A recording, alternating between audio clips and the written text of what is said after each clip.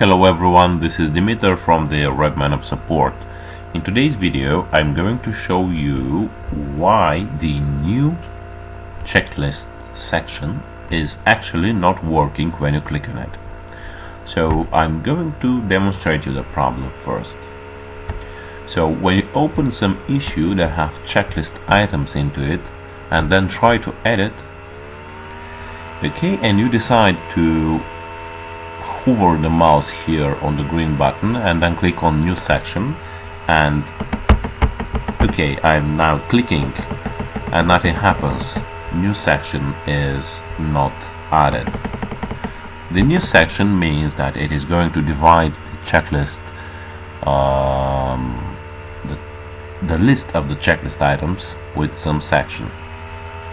Okay, so the problem is that actually you do not have a title of the section, and to do it you have to just write the title here the same way as you are adding a normal checklist item, but if you're going to click on the new section, then it is going to be a section itself and not a checklist item.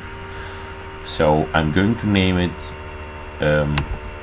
checklist divider section testing. This is going to be the title.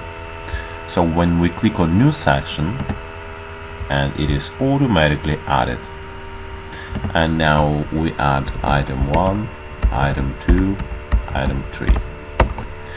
So we see this is the divider here, the section that we have just added, and the new items afterward. Testing.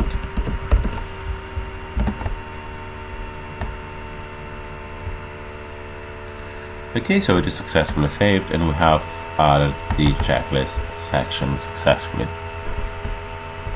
Okay, and again to say the key is to write some text, because yeah, it has to be some title here for the divider, and everything will work fine for you afterward.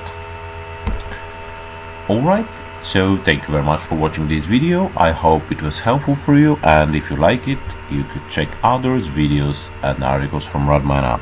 Bye bye.